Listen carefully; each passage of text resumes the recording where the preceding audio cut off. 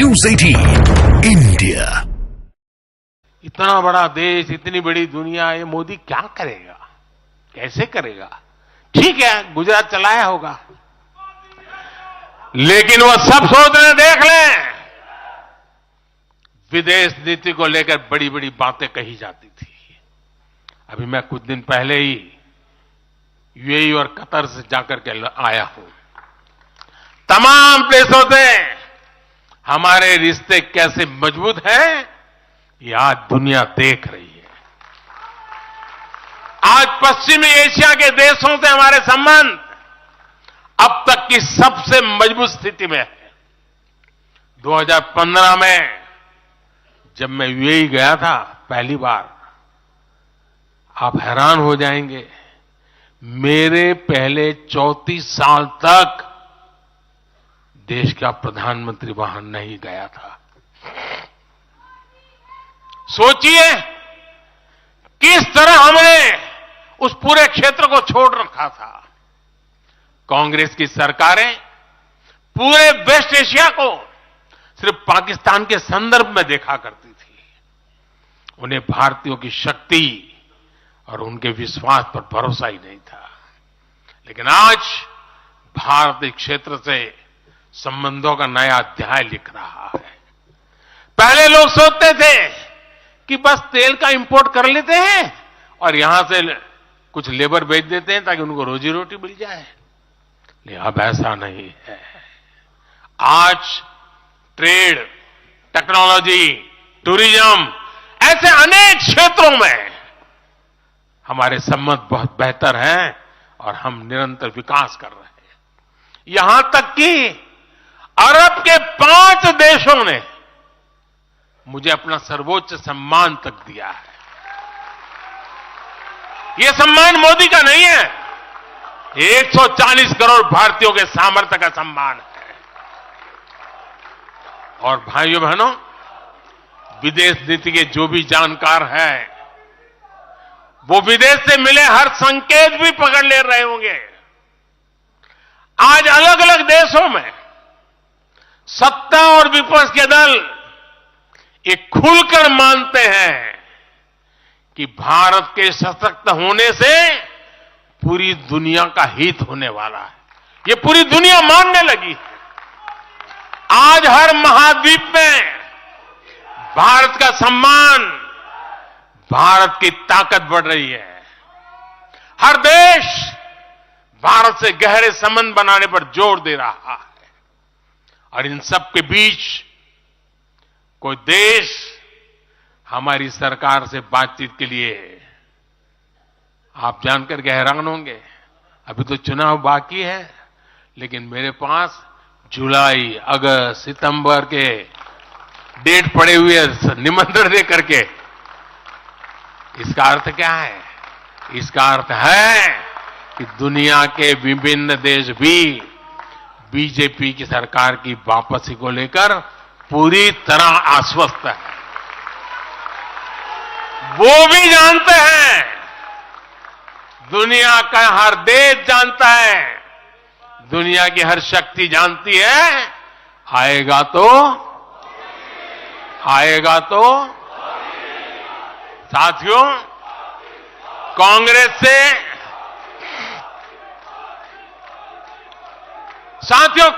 से देश को बचाना, देश के हर नागरिक को बचाना, हमारे बच्चों का, हमारे युवाओं का भविष्य बचाना बीजेपी के प्रत्येक कार्यकर्ता का दायित्व है। कांग्रेस का ट्रैक रिकॉर्ड हम सभी के सामने है। कांग्रेस अस्थिरता की जननी है। कांग्रेस परिवारवाद की जननी है।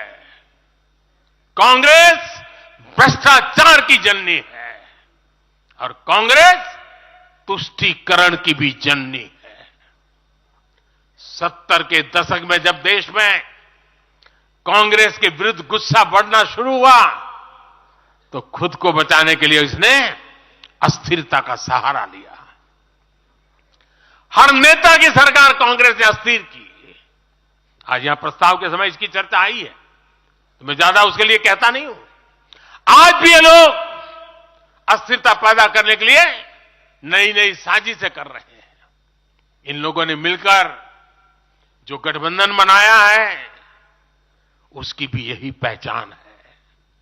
कांग्रेस के पास विकास का एजेंडा नहीं है, फ्यूचर का रोड मैप नहीं है। ये देश को कभी भाषा के आधार पर तो कभी क्षेत्र के आधार पर बांटने में जुटे हुए हैं। साथियों, कांग्रेस का एक सबसे बड़ा पाप ये रहा है कि वो देश की सेनाओं का मनोबल तोड़ने से भी पीछे नहीं रहे। भारत की राष्ट्रीय सुरक्षा और सामरिक शक्ति को नुकसान पहुंचाने में कांग्रेस ने कोई कसर नहीं छोड़ी है। जब भी देश के रक्षा क्षेत्र में कोई बड़ा काम हुआ, जब हमारी सेनाओं ने कोई उपलब्धि हासिल की, कांग्रेस ने हर बार उन पर सवाल उठाए। आप सिर्फ सोचिए कि 5 साल पहले इन लोगों ने क्या कहा था। इन लोगों ने हर कोशिश की कि हमारी वायुसेना को राफेल जैसे एडवांस एयरक्राफ्ट न मिल पाए। इन्होंने अप्रचार किया कि हिंदुस्तान एरोनॉटिकल लिमिटेड को, HAL को खत्म किया जा रहा है। ये लोग तो HAL के बाहर फोटो तक खींचवाने के लिए चले गए थे।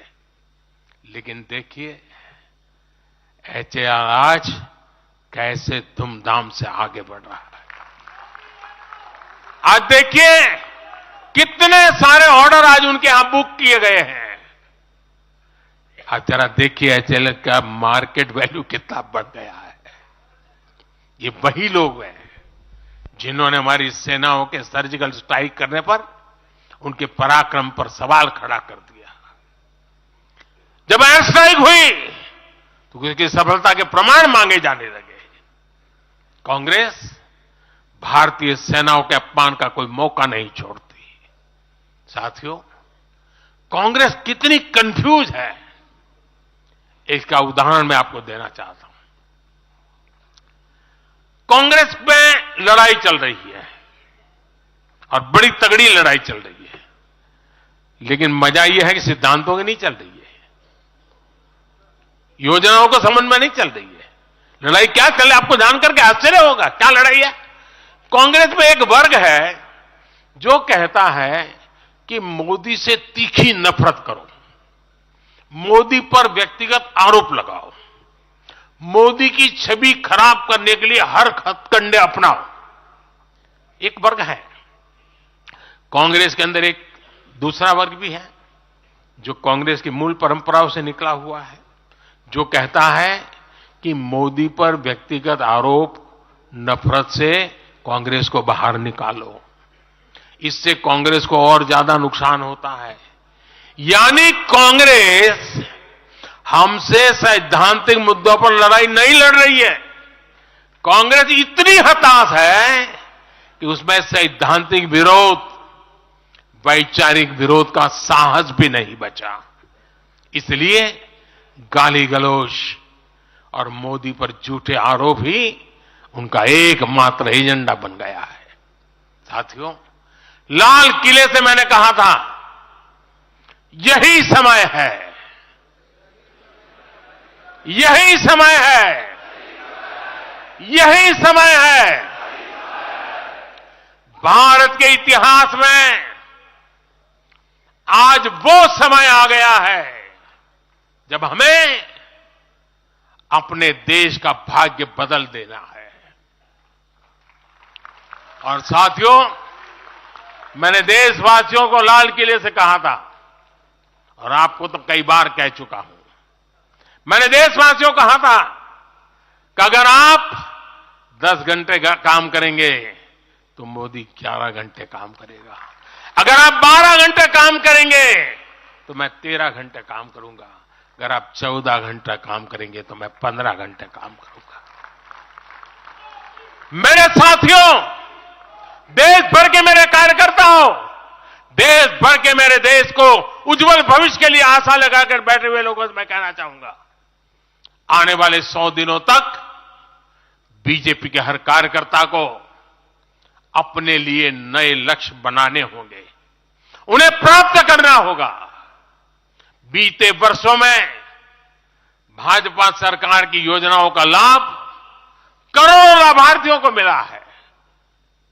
हमें हर लाभार्थी तक पहुंचना है।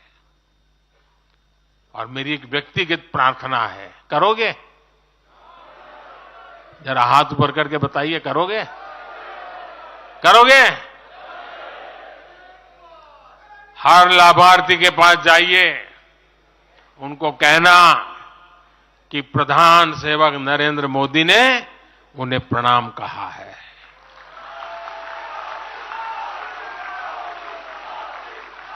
और इसमें आपको नमो ऐप से भी बहुत मदद मिलेगी।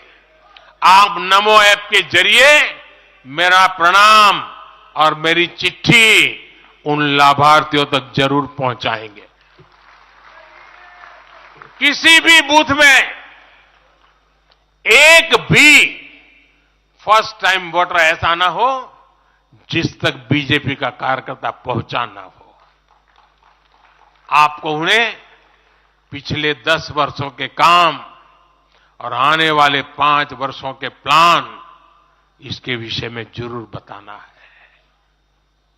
मैं आपको उन्हें नमो ऐप पर विकसित भारत का ब्रांड एम्बेसडर बनाने के लिए हमें उसको जोड़ना है। वो हमारा एम्बेसडर है। मतदान के दिन इन सभी मतदाताओं को बूथ पर लाकर हमें कमल निशान पर मतदान करवाना है और जहां एनडीए के साथी हो उनके निशान पर मतदान करवाना है। साथियों, हमें याद रखना है, हमें सिर्फ सरकार बनाने के लिए लोगों को नहीं जोड़ना, बल्कि देश बनाने के लिए भी तो लोगों को जोड़ना है। जो किसी भी कारण से अभी भी भाजपा से दूर है, उन तक हमें पहुंचना है। सबका साथ, सबका विकास ही हमारा मंत्र है। हमारे स्वतंत्रता सेनानियों ने जो सपने देखे थे, अब उन्हें पूरा करने का समय आ गया है। और इसके लिए भाजपा जरूरी है। इसके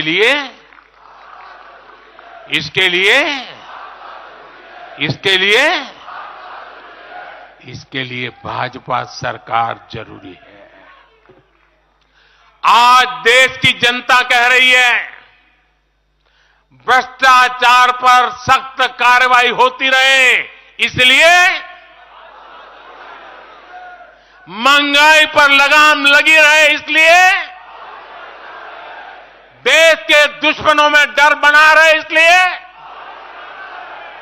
निवेश और नौकरी के अवसर बढ़ते रहे, इसलिए भारत तीसरी बड़ी सबसे आर्थिक ताकत बने, इसके लिए भारत में तेजी से इंफ्रास्ट्रक्चर का निर्माण हो, इसलिए आत्मनिर्भर भारत अभियान सफल हो, इसलिए करोड़ों भारतीयों को मुफ्त राशन मिलता रहे, इसलिए किसानों को सम्मान निधि मिलती रहे, 100% लाभार्थी तक तेजी से लाभ पहुंचे, इसलिए साथियों, आप यहां से एक नए संकल्प के साथ अपने क्षेत्र में जाएं। अब की बार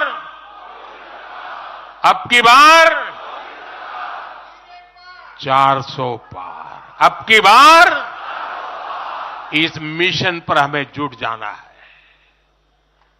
आप सबको मेरी तरफ से अनेक अनेक शुभकामनाएं हैं। मेरे साथ बोले, भारत माता की, भारत माता की, भारत माता की। मैं समझता हूं अभी वंदे मातरम होने वाला है।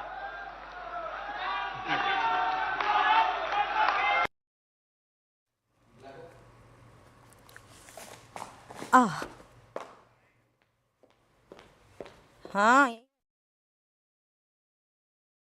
प्रधानमंत्री नरेंद्र मोदी को आप सुन रहे थे, जिन्होंने साफ तौर पर अपना विजन बताया कि क्या कुछ विजन रहने वाला है। लोकसभा चुनाव नजदीक हैं और ऐसे में बीजेपी की गारंटी वाला दांव काम करेगा। पीएम मोदी ने हुंकार भरी और कहा कि 700 पार अब की बार होगा, 370 सीधे सीधे बीजेपी लेकर आएगी और उसके अलावा गठबंधन में भी की अगर बात करें तो 400 के पार का नारा दिया है। साथ साथ कांग्रेस पर सवाल उठाया और बताया कि कांग्रेस वो पार्टी है जिसने हमारी सेना तक पर सवाल उठा दिए हैं और उन्होंने कहा कि देश रिन्यूएबल एनर्जी के क्षेत्र में आगे बढ़ रहा है। हम वोट और सीटों के लिए काम नहीं करते हैं। प्रधानमंत्री नरेंद्र मोदी ने इस बात पर जोर दिया और कहा हमारे लिए